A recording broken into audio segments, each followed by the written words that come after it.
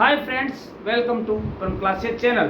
दोस्तों, आज फिर से एक बार आप सभी का परम क्लासेस चैनल के इस मंच पर हार्दिक स्वागत है, अभिनंदन है, नंदन है, वेलकम है। दोस्तों, हर रोज की भांति हम और आप आज जुड़े हैं एक साझा मंच पर, जहां हम टू वे कम्युनिकेशन के माध्यम से एक नया टॉपिक, एक नई जानकारी हासिल करने जा रहे हैं। दोस्तों, जैसा कि यह चैनल मीडिया को समर्पित है, लेकिन मैंने यह भी कहा है कि केवल मीडिया के लोगों के लिए ही नहीं है, यह मीडिया के स्टूडेंट्स के लिए खास कर है, लेकिन यह सभी के लिए है। यह आम और व्यावहारिक बातें भी करता है, जो कि आपके हर विषय के विद्यार्थियों के लिए बहुत ही महत्वपूर्ण होने वाला है। दोस्तों, आज जो हम बात करने वाले हैं, यह हमारे सामान्य जीवन से जुड़ी हुई बात है, जिसे हम अनुसंधान की एक इकाई के रूप में भी देखते हैं, और हमारा जो निजी जीवन है या आम लाइफ है, उसके बारे में भी हम देख सकते हैं। उसका नाम है कंटेंट एनालिसिस। कंटेंट एनालिसिस का हिंदी अनुवाद है सामग्री विश्लेषण या विषय वस्तु विश्लेषण। विषय वस्तु विश्लेषण क्या होता है?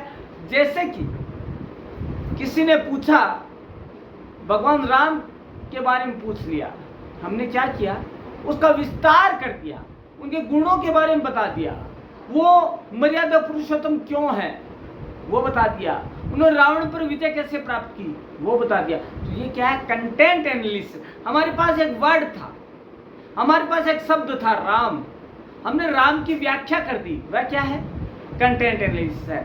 यदि हम दूसरे शब्दों में देखना चाहें तो कोई भी चीज हम कहते हैं ना कि भैया, जो आपने मुझे यह चीज दी अप्रतिम है, अनोखा है, अद्भुत है और गूंगे का गुड़ है।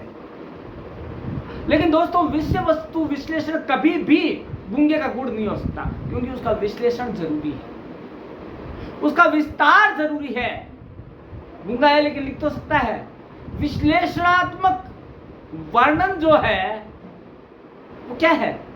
विषय वस्तु विश्लेषण है। किसी भी चीज का, किसी के बारे में अपने विचारों के साथ शब्दों का संयोजन करके उसकी व्याख्या करना विषय वस्तु विश्लेषण है।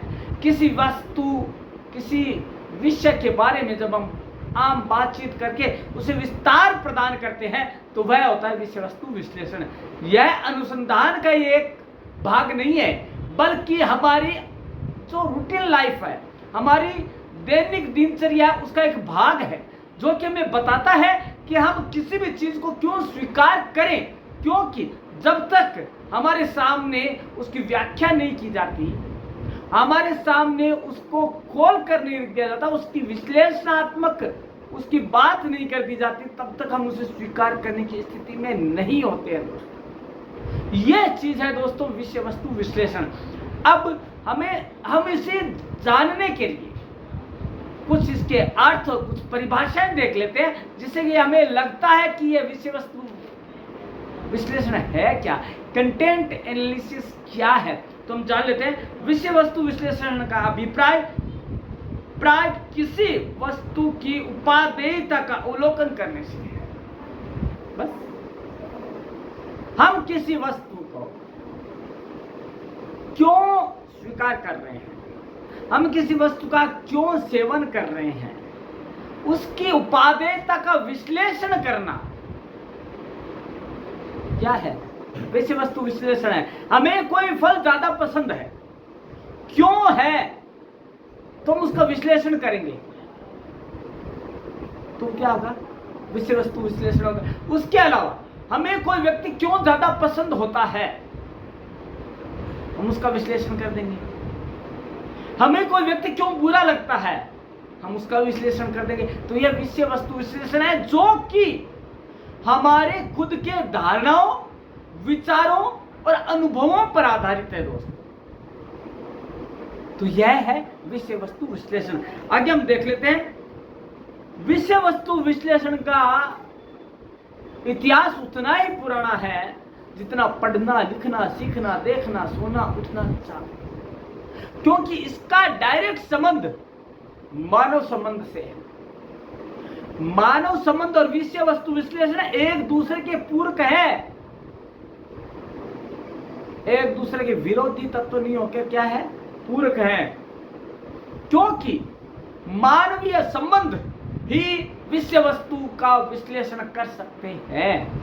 क्योंकि किसी व्यक्ति के संपर्क में आए बिना, किसी वस्तु के संपर्क में आए बिना हम उसका विश्लेषण नहीं कर सकते।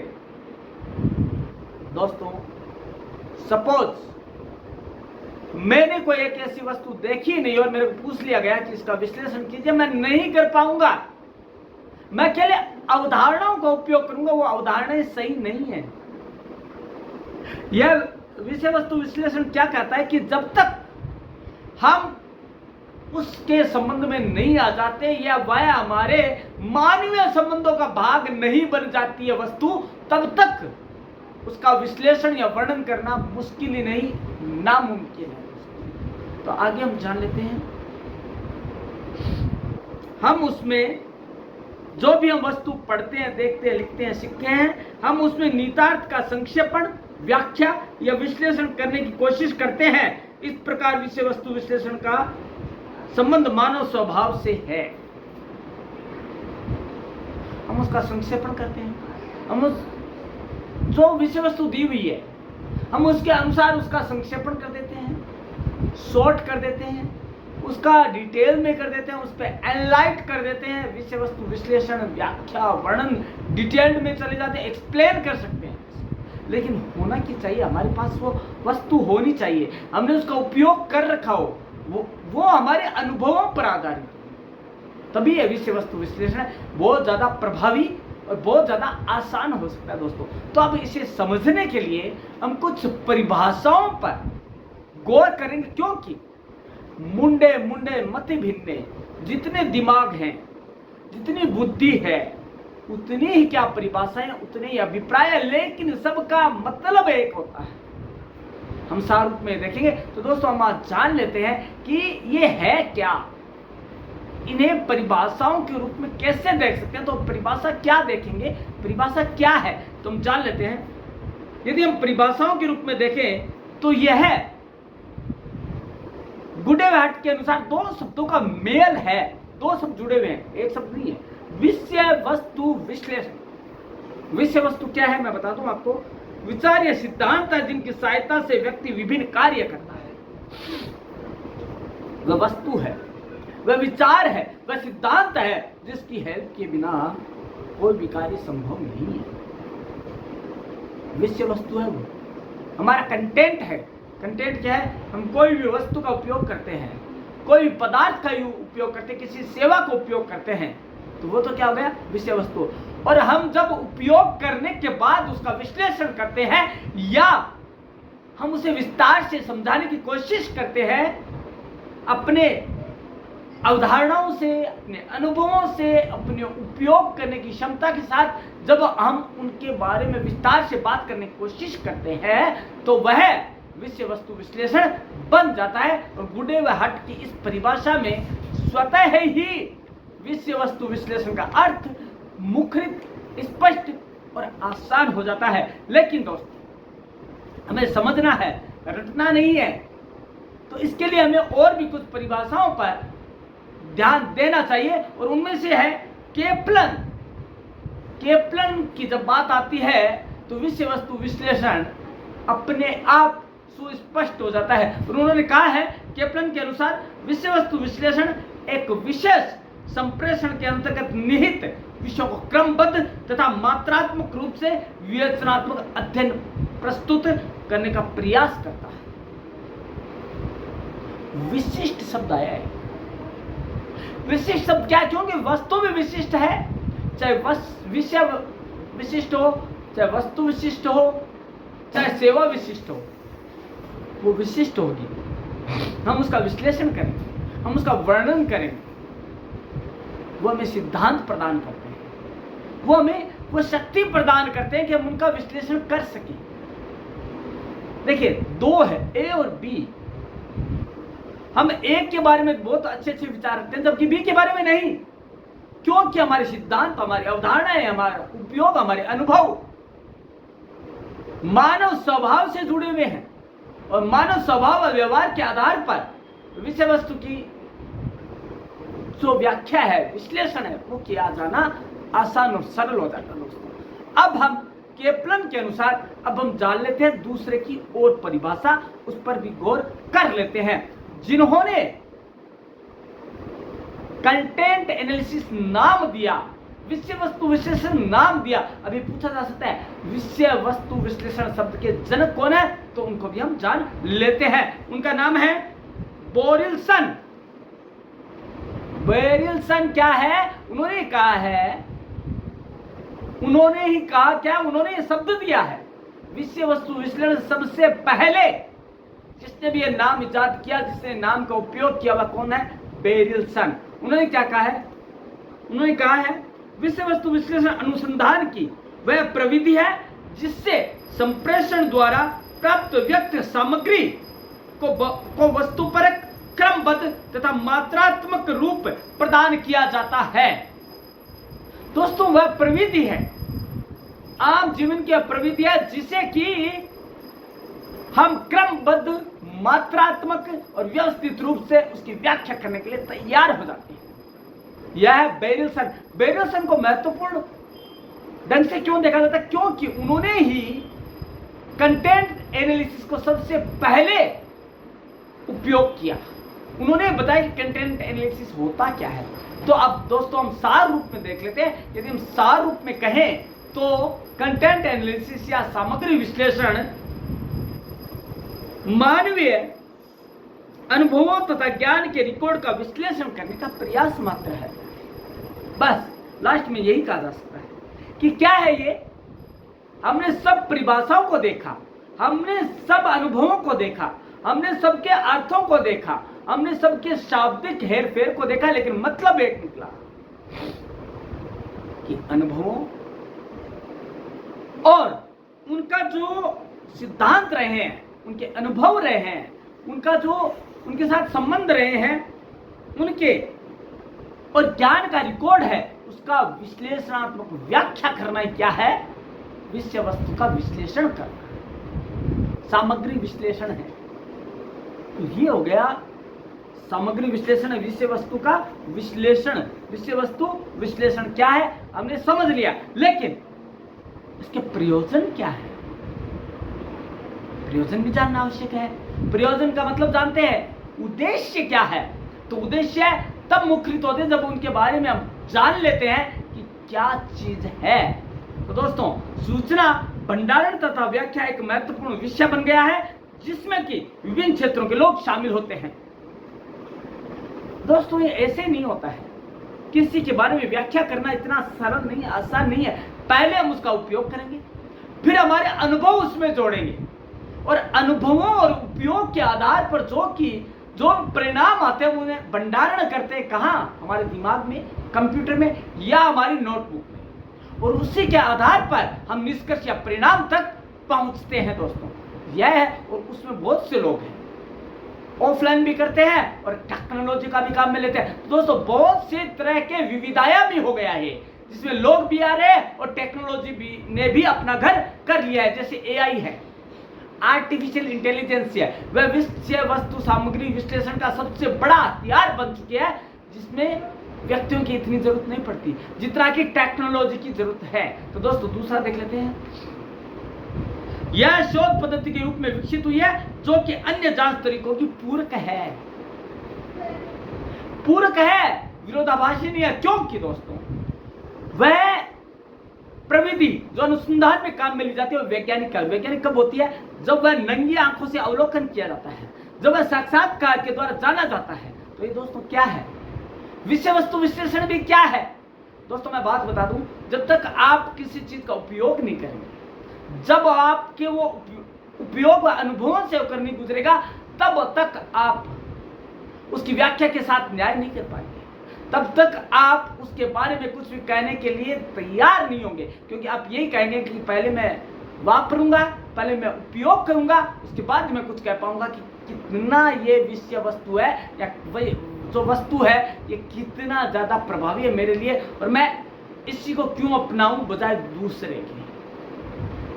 वह व्याख्या करेगा, उसके बारे में डिटेल्ड बताएगा, तभी हमें विश्वास होगा कि नहीं यह चीज़ है वो एकदम सही है। अब बात करते हैं सूचना संसाधनों के विश्लेषण के व्याख्या करने में मदद है, मददगार साबित है। सूचना संसाधन, हमें वस्तु कहां से मिली उसकी भी व्याख्या की जाती है इसमें। हमें कोई भी चीज मिली, हमें अच्छी एजुकेशन मिली, हमें अच्छी अध्ययन सामग्री मिली। कोई कहता है कि आपको कंटेंट कहां से मिला, तो हम क्या कहते हैं? आप में से कई लोग ये कहते हैं बस पढ़ना तो परम क्लासेज को देखो, वहां आपको सही ढंग से सामग्री एक जगह मिलेगी। तो क्या है दोस्तों, इसमें विषय वस्तु विश्लेषण में संसाधन की भी व्याख्या की जाती है। संसाधनों की व्याख्या से क्या होता है कि सारी चीजें स्पष्ट हो जाती है विद द कंटेंट्स। कंटेंट की जब हम व्याख्या करते हैं तो साथ में ही उनके साधनों की भी व्याख्या आसानी से होती चली जाती है। तो दोस्तों अब हम जान लेते हैं कि हम जब सामग्री का विश्लेषण करते हैं तो उसके चरण क्या है। चरण को जानने के लिए हमें उसके विभिन्न स्टेप्स को देखना पड़ेगा, और हमने समझ तो लिया कि सामग्री विश्लेषण क्या है, लेकिन स्टेप्स को जानना है तो हमें उन स्टेप्स को क्रमवार देखना होगा। वो स्टेप्स मैं बता दूं, कोई दोस्तों मैं एक चीज बता देता हूं। सभी बच्चे सोचते हैं कि हम सीधे 15th जो स्टेप है उस पर चले जाएंगे, असंभव है दोस्तों। स्टेप क्रम वाइज चला जाता है, क्रमानुगत होता है 1 2 3 4 5 6। तो ये भी दोस्तों इसमें भी चरण है, इसमें भी स्टेप्स है जो हमें बताता है कि सामग्री विश्लेषण कैसे किया जाए जो कि अधिक प्रभावी हो सकता है। तो दोस्तों हम जान लेते हैं। पहला, डेटा एकत्र करना और तैयार करना। दोस्तों बिना डेटा एकत्र किए और तैयार किए उनको अपने उद्देश्य के अनुरूप तैयार करना सबसे महत्वपूर्ण है। और इसके लिए हम सबसे अच्छा एग्जांपल ले सकते हैं साक्षात्कार का, इंटरव्यू का। दोस्तों हम बिना इंटरव्यू किसी के बारे में पूर्णतया प्रैक्टिकल नॉलेज हासिल नहीं कर सकते हैं दोस्तों। हम क्या करेंगे? साक्षात्कार करेंगे, इंटरव्यू लेंगे, इंटरव्यू के जरिए हम डेटा एकत्र करेंगे। डेटा को एकत्र करके हम उसे लिखेंगे, अपनी भाषा में लिखेंगे। जो डेटा हमारे काम के है उन्हें हम क्या करेंगे, अपने जो रिसर्च है उसके अंदर उतार देंगे। और बाकी काम क्या करेंगे, जो हमारे काम का नहीं है उसे हम साइड में रख देंगे, क्योंकि हमारे जो दर्शक हैं, हमारे जो पाठक हैं, उन्हें केवल वही चीजें चाहिए जो कि जरूरी है। दोस्तों साक्षात्कार के दौरान बहुत सी बातें की जाती है, बहुत सी ऐसी बातें भी होती है जो अनर्गल है, बहुत सी ऐसी बातें हैं जो कि बहुत जरूरी है, जिसे कि अनुसंधान में शामिल करना जरूरी होता है। दोस्तों मैंने यह भी बताया पहले कि हमारे पूर्ववर्ती जो भी वीडियो में ये बताया कि साक्षात्कार एक वैज्ञानिक विधि है, उसके द्वारा एकत्र किए डेटा वैज्ञानिक है, क्योंकि हम खुद साक्षात्कार के माध्यम से, इंटरव्यू के माध्यम से डेटा एकत्र कर रहे हैं। चाहे वो संरचित हो, असंरचित हो, वॉक्स पॉप हो, किसी भी तरह का हो, आकस्मिक हो या पूर्व निर्धारित हो, कोई सी तरह का इंटरव्यू क्यों ना हो, उससे जो डेटा एकत्र होता है वह वैज्ञानिक है। उन डेटा को एकत्र करके हम तैयार करते हैं। तैयार करने का मतलब क्या है, हम उन्हें अपने उद्देश्य के अनुसार ढालने की कोशिश करते हैं, उन्हीं शब्दों में हम उन्हें पिरोते हैं, उन्हीं शब्दों में हम उन्हें बदलते हैं जिसमें कि हमें चाहिए। दोस्तों उसके बाद बात आती है उद्देश्यों के आधार पर डेटा का मापन। देखिए दोस्तों, हमारा जो उद्देश्य है उसके आधार पर हम डेटा का मेजरमेंट कर लेते हैं। यह मेजरमेंट कई तरीके से किया जा सकता है, जैसे कि रंग,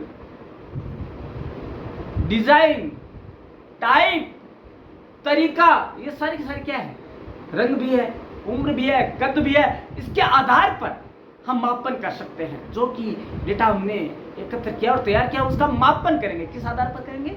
रंग, कलर, रंग हो गया, आपका उम्र हो गई, कद हो गया, या कोई भी लंबाई हो गई, है ना, इस तरह की कोई भी जो चीजें हैं उसके आधार पर हम इसका डेटा का मापन कर लेंगे, जो कि हमारे जरूरी है। उसके बाद कोडिंग कर अलग अलग श्रेणियों समूह में रख देंगे। कोडिंग कर देंगे। कोडिंग क्या है?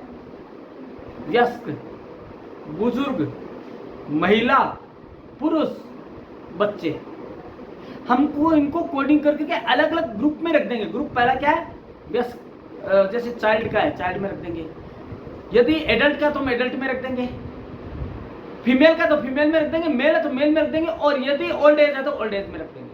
तो हम कोडिंग करके उन्हें अलग अलग श्रेणियों में विभक्त कर देंगे ताकि जब हम उसका विश्लेषण करें तो हमारे लिए आसानी रहे। उसके बाद हम बात करते हैं कोडिंग फ्रेम, को रिलेट करना।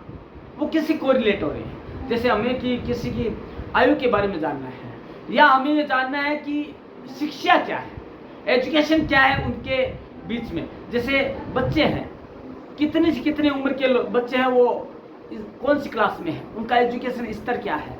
वैसे ही वयस्क का एजुकेशन स्तर क्या है, फीमेल का एजुकेशन स्तर क्या है, ये दोनों हम कोरिलेट करके उन्हीं फ्रेम में जचा देंगे जिसमें कि हमें चाहिए हो। उसके बाद बात आती है कोडिंग डेटा का अध्ययन करेंगे। मैंने क्या कहा, कोडिंग डेटा इकट्ठा हो गया, हमें हमने क्या किया, उनको अलग अलग श्रेणियों में या समूहों में रख दिया। उसके बाद हमने क्या किया, कोडिंग डेटा का फ्रेमिंग कर ली। फ्रेमिंग में उनको कोरिलेट कर दिया एक दूसरे से, जिससे कोरिलेट हो रहे हैं। उसके बाद क्या होगा, उसके बाद हम परिणाम निकालेंगे मूल्यांकन के आधार पर। हम पहले मूल्यांकन करेंगे उसका कि क्या ये सही है या गलत है। उसके आधार पर हम परिणाम निकालेंगे कि हमने जो कार्य किया है डेटा को एकत्र करने का और डेटा के व्याख्या का, जो हमने कार्य किया है, तैयार किए हैं, सामग्री विश्लेषण में जो भी हमने स्टेप काम मिले क्या वो सही है, तो उस आधार पर हम मूल्यांकन कर लेंगे और परिणाम निकालकर हमारे अनुसंधान का एक भाग बना देंगे। और इस तरह से पूरा स्टेप हो जाते हैं पूरे सामग्री विश्लेषण के। सामग्री विश्लेषण के पुनः एक बार स्टेप देख लेते हैं। पहला है डेटा एकत्र करना और तैयार करना, दूसरा है उद्देश्य के आधार पर डेटा का मापन कर लेना, तीसरा है डेटा का अलग अलग श्रेणियों में विभाजन कर देना, डिवाइडेशन करना, फिर है कोडिंग फ्रेमिंग करना, कोडिंग डेटा उसको फ्रेम में डालना और कोडिंग डेटा का अध्ययन करना और उसके बाद मूल्यांकन करना। तो ये है स्टेप्स ऑफ कंटेंट एनालिसिस। तो हमने स्टेप जान लिए। अब बात आती है हम क्यों अपनाएं इसको, क्या जरूरत है कि हम कंटेंट एनालिसिस की तरफ जाएं, क्यों जाएं, क्या जरूरत है हमें। इतना तो कोई जरूरत नहीं कि उसके बिना काम नहीं चलेगा, लेकिन दोस्तों मैं बता दूं आपको उनके बिना काम नहीं चलता। कंटेंट एनालिसिस की बात शक्ति व पावर है, बिंदु है जिससे कि हमारा काम, अनुसंधान का काम आसानी से होता चला जाता है। दोस्तों हम जान लेते हैं क्या है वो कारण, क्या है वो उपयोगिता, क्या है उनकी ताकत। सामग्री विश्लेषण की कौन सी ताकत है जो कि अनुसंधान करता वो उपयोग करने के लिए मजबूर कर देती है। तो दोस्तों पहला तो हम जान लेते हैं वह सूचना भंडारण और पुनर्प्राप्ति। दोस्तों हमने क्या किया, सूचनाओं का एकत्र कर लिया। अब क्या एकत्र किसी भी रूप में कर सकते हैं। हमने क्या किया, रिकॉर्डिंग कर ली, हैंड रिटन कर लिया, इससे भी ज्यादा यदि कुछ है तो हमने क्या किया, मेल कर लिया, हमारे मेल पे भेज लिया, ईमेल कर लिया, इलेक्ट्रॉनिक मेल का सहायता लेके हमने मेल कर लिया। तो हम क्या कर सकते हैं, हम उसे पुनर्प्राप्ति कर सकते हैं मेल के माध्यम से। यदि हमें फ्यूचर में कभी और जरूरत पड़ी तो हमें बार बार वापस साक्षात करने की जरूरत नहीं है। हमारे मेल पे वो डेटा है, हमारे मेल पे वो सामग्री है, हम उसको लेकर उसका विश्लेषण, उसका वर्णन, उसकी डिटेल या उसका वर्णन कर सकते हैं, उसे समझा भी सकते हैं, व्याख्या कर सकते हैं। दूसरा क्या कारण है, सूचना सेवा उत्पाद। दोस्तों यह जो है सूचना व सेवा उत्पाद दोनों पे लागू होती है। ऐसा नहीं कि केवल प्रोडक्ट के ऊपर होती है, ये सर्विस पे भी लागू होती है। क्योंकि दोस्तों विश्लेषण हम किसी का भी कर सकते हैं और सूचना हमें किसी के बारे में मिल सकती है, हम उसका विश्लेषण कर सकते हैं कि उसे क्यों उपयोग किया जाए। दोस्तों आपने सुना होगा कि कोई भी कंपनी अपने प्रोडक्ट या सर्विस का जब ऐड करती है तो विश्लेषण करती है, उसका पूरा उसको विस्तार से बताती है, जैसे कि उन्हीं का प्रोडक्ट हो। तो दोस्तों होता क्या है, हम प्रोडक्ट के विस्तार और विश्लेषण को देखते हुए हम उसका उत्पाद को उपयोग करने के लिए राजी हो जाते हैं। दोस्तों प्रोडक्ट का स्लोगन के आधार पर लोगों की जबान पे चढ़ाया जाना, यही तो विषय वस्तु विश्लेषण है। विषय वस्तु विश्लेषण क्या है, संक्षेप में या विस्तार से विषय वस्तु के बारे में बताना। दोस्तों एड के अंदर या विज्ञापन में इतना टाइम नहीं होता है, क्या विस्तार से बताएं। आप स्लोगन की सहायता से, आप संक्षिप्तीकरण के माध्यम से उसकी अच्छाइयां बता देते हैं। जैसे कि यह है हमारा सुरक्षा चक्र। क्या आपने देश देश किया? देश देश है जहां तंदुरुस्ती है वहां देश की धड़कन, बस मात्र ये चीज है। जब पप्पू पास हो जाए कुछ मीठा हो जाए, किसका ऐड है? अटली बटली डिलीशियस का जोड़ है बेजोड़। तो दोस्तों ये विषय वस्तु विश्लेषण है, उनका संक्षिप्तकरण या फिर विस्तार से समझाया जाता है। दोस्तों ये है। उसके बाद है सूचना केंद्र का प्रबंधन करना। दोस्तों ये क्या करते हैं कि सूचना कहां से मिली है, सूचना क्या है, और सूचना केंद्र बिंदु में कौन होता है? प्रोडक्ट या सर्विस होती है, उसका प्रबंधन, उनका मैनेज किया जाता है कि क्या वाकई में उसमें यह गुण है या नहीं है। तो उसका उपयोग या उसे क्या किया जाता है? परीक्षण किया जाता है। परीक्षण के बाद ही उसकी व्याख्या या विश्लेषण किया जाता है ताकि वो वैज्ञानिक स्वरूप धारण कर सके। उसके बाद बात आती है मात्रात्मक होने की वजह से रुझान या पैटर्न की पहचान आसान हो जाता है। मात्रात्मक है, कितनी मात्रा में पसंद किया गया किसी का व्यवहार, कितनी मात्रा में आपने इसको पसंद किया, क्या है दोस्तों? मात्रात्मक है। मात्रात्मक का मतलब क्या हो गया? कितनी मात्रा में आप इसे इकट्ठा करते हैं या कितनी मात्रा में आप इसे पसंद करते हैं। तो मात्रात्मक का मतलब क्या हो गया दोस्तों? मात्रात्मक, क्वालिटी नहीं, क्वांटिटेटिव। क्वांटिटी में कितना ज्यादा पसंद करते हैं इसको?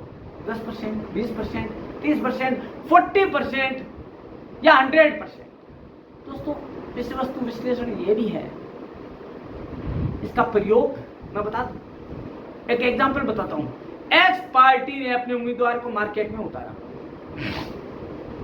विषय वस्तु विश्लेषण कैसे होगा? लोगों के द्वारा। लोगों ने अपने अनुभवों के आधार पर और अपने उपयोग के आधार पर उसको जीत दिलाई। 98% वोट उसको मिले। यह क्या है? विषय वस्तु विश्लेषण ही तो है। सेवा या उत्पाद दोनों में से किसी का विश्लेषण हो सकता है, मैंने कहा, तो यह विश्लेषण ही तो है। तो दोस्तों ये वह सूचनाओं के केंद्र का प्रबंधन कर। उसके बाद आता है मात्रात्मक होने की वजह से रुझान या पैटर्न की पहचान करना। उसके बाद अत्यधिक अनुकरणीय, क्योंकि विश्वसनीय और वैधता का प्रमाण है। अधिक अनुकरणीय क्योंकि यह वैज्ञानिक रूप से देखा, परखा, जांचा है का। दोस्तों हम कोई भी कार्य करते हैं, यदि हम सीरियसली करना चाहते हैं तो पहले देखते हैं, परखते हैं। दोस्तों ऐसे ही आप परम क्लासेस चैनल से नहीं जुड़े हैं, आपने पहले इसको सुना, पढ़ा, इसकी विषय सामग्री देखी, तब आपको लगा नहीं यह हमारी भाषा में बात करता है, यह हमारे लायक है, यह हमें याद करने के लिए प्रेरित करता है, न कि रटने के लिए करता है, तभी तो आप इसकी तरफ आओगे। तो दोस्तों ये विश्वसनीय है, वस्तुनिष्ठ है और भरोसे के काबिल है, तो तभी दोस्तों हम किसी चीज को स्वीकार करते हैं। और वेद भी है। वेद भी कहीं से भी जो शब्द हैं इसके परम क्लासेस चैनल तो वो कहीं से लिए नहीं गए, ये इसकी अपनी भाषा है, स्वरचित है, मौलिक है, तभी तो लोग मौलिकता के पीछे लोग भागते हैं। मौलिक ना हो परम क्लासेस चैनल की कोई दरकार नहीं है। मौलिकता की वजह से परम क्लासेस चैनल इतना ज्यादा आपके द्वारा पसंद किया गया। यह है विषय वस्तु विश्लेषण, सर्विस है ये। परम क्लासेस एक सर्विस प्रोवाइड करवा रहा है आप सबके लिए फ्री के अंदर अच्छी अध्ययन सामग्री। अब हम आगे जान लेते हैं। समग्र विश्लेषण संभव है। किसी भी विषय वस्तु के बारे में उसकी पूर्ण जानकारी, उसकी पूर्ण डिटेल्ड जानकारी, इंफॉर्मेशन संभव है। कोई आपको कहेगा आप ये वस्तु क्यों अपना रहे हैं, आपने ये क्यों पहना, आप 100 चीजें गिनाने लग जाएंगे, 100 चीजें काउंट कर देंगे आप। इसलिए है, क्योंकि ये है, क्योंकि वह फला है, कौन की ढीम का है, सारी चीजें बताने शुरू कर देंगे। अब ये टूथपेस्ट क्यों यूज में लेते हैं, ठीक है, आप यही जो है वासी पाउडर क्यों काम में लेते हैं, क्यों आप ये बाथ सोप काम में लेते हैं, क्यों आप यही चाय काम में लेते हैं, इसका आप जैसे मैंने क्या कहा, अनुभव और उपयोग दोनों ही आपको विश्लेषण के लिए राजी करते हैं। विषय वस्तु का विश्लेषण आपके अनुभव, आपकी अवधारणा और कहीं ना कहीं आपको उपयोग पर भी डिपेंड करता है। ये तीनों जब मिलते हैं तो विषय वस्तु विश्लेषण अपने आप हो जाता है, स्वतः। अब हम देख लेते हैं कि जहां लाभ है वहां हानि भी है। दोस्तों, एक अनार 100 बीमार तो है, लेकिन अनार खराब निकल जाए तो क्या होगा? वो जो 100 बीमार है ना, उनकी और बीमारियां बढ़ा देता है। इसी तरह से दोस्तों, विषय वस्तु विश्लेषण के भी कुछ दोष हैं, कुछ हानियां हैं, लेकिन वो मैं वापस बता दूं, वो साध्य के हैं, साधन के नहीं है। सोच समझकर देखिए दोस्तों, एक तलवार है, आपको कहे तलवार पर चलकर दिखाइए, क्या हुआ? तलवार पर चलकर दिखाना है। ये तो नहीं कहा कि धारदार फलक पे चलना है या उस पे चलना है। और आपने क्या किया?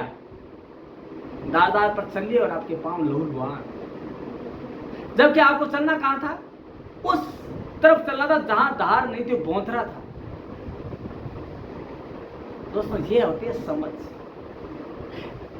यह होती है हानि और लाभ। तो हम हानि भी जान लेते हैं दोस्तों।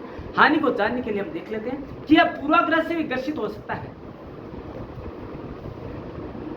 कई बार क्या होता है, हमारे सामने किसी भी वस्तु का अच्छा स्वरूप पेश किया गया, हो सकता है कोई वस्तु थी, उसका हमें बुरा स्वरूप दिखाई नहीं गया, हमें अच्छा ही स्वरूप दिखाया गया, तो हमने क्या किया? हमने उसकी अच्छाइयां नजर आई, हमें बुराइयां नजर नहीं आएगी। तो क्या है, पूर्वाग्रह से भी ग्रसित हो सकते हैं कि भैया मेरा तो ये मानना है कि ये अच्छी चीज है, यूज कर लेनी चाहिए। तो दोस्तों, उसके बाद क्या होता है? संदर्भ की चूक से क्या हो सकता है? परिणाम गलत निकल सकते हैं, निष्कर्ष गलत निकल सकते हैं। संदर्भ की चूक, कई बार क्या होता है, व्यक्ति के स्वभाव है दो तरह का होता है, हाथी के दांत खाने के और दिखाने के, दोनों अलग अलग होते हैं। कोई व्यक्ति कहता है आप इसको क्यों पसंद करते हैं? तो मैंने कहा कि इसने ऐसे वक्त में मेरी मदद की जब मेरे साथ कोई नहीं था, अच्छा साहब, लेकिन आज आप उसकी बुराई क्यों कर रहे हैं? साहब मैं गलत था,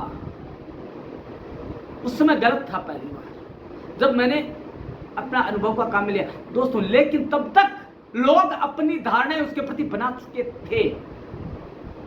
दोस्तों, इस संदर्भ की चूक ही तो है। आपको सोच समझ कर निर्णय लेना था कि क्यों साथ दे रहा है तुम्हारा, कहीं उसका अपना तो स्वार्थ नहीं है।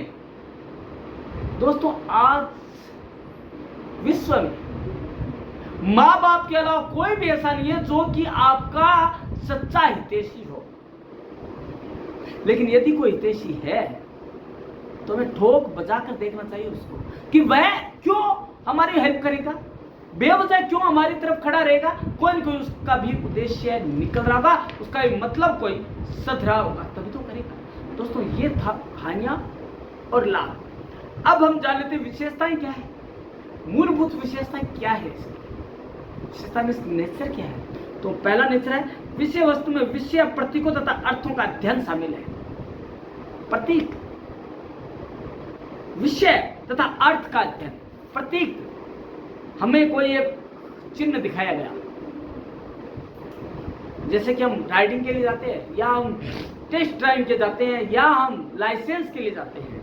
लाइसेंस के लिए हमें कहा जाता है गाड़ी चला के दिखाइए, और बीच में हमारे सामने चिन्ह रख दिए जाते हैं कि इनका उपयोग करते हुए आपको रोड पर गाड़ी चलानी है, ड्राइव करना है। उन प्रत्येक चिन्हों के मान होते हैं, रुकना, चलना, मुड़ना, सीधा चलना, बाएं देखना, दाएं देखना, पेड़ है, ये सब देखना क्या है?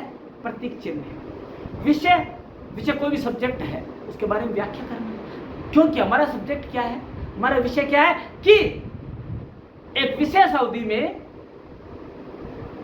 मीडिया कानूनों का प्रेस पर प्रभाव का अध्ययन, इसकी हमें व्याख्या करनी होती है। तो विषय हो गया, चिन्ह हो गए, प्रतीक हो गए, अर्थ हो गए। अर्थ, रामायण, अर्थ अमित अति आखर थोरे, यह विषय वस्तु विश्लेषण। अक्षर तो 4 ही है, लेकिन रामायण वह उसके तह तक पहुंचना भी बहुत मुश्किल है, क्योंकि रामायण को समझ लेना अपने जीवन की सबसे बड़ी पावर है। उसे समझ लेना ही है, तो उसे समझने के लिए हमें क्या करना पड़ेगा?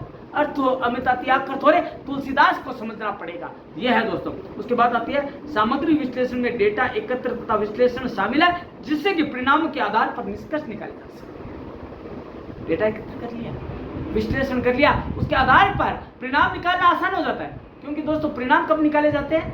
जब हमने अनुभवों के आधार पर एकत्रित डेटा का विश्लेषण किया है या उसकी मूलभूत विशेषता है। उसके बाद बात आता है संकल्पनात्मक तथा संबंध परक परिकल्पना के बीच में अंतर स्पष्ट करता है। संकल्पनात्मक क्या होता है? संकल्पना तो हो गई हमारे मन की अवधारणा, हमने जो कल्पना की, और संबंध परक जिसका कि हमने डायरेक्ट उपयोग किया है, हमने प्रत्यक्ष अपनी नंगों आंखों से देखा है, न कि हमारी कल्पना के आधार पर। हम कई बार कहते हैं ना, भैया मैंने केवल सुना नहीं है, मैंने देखा भी है। जब संकल्पना और उसका जो दूसरा है ना संबंध परक रूप है, उसको मैं ऐसे समझा सकता हूं। देखिए, समझने की शक्ति होनी चाहिए आप में। आंखन देखी कागज लेखी, आंख से देखकर लिखा हुआ क्या है? सत्य है। पहले लिख पाछे दे, भूल पड़े कागज से। यह क्या है? यह भी तो एक वो है, विषय वस्तु विश्लेषण है, यह विश्वास की बात है।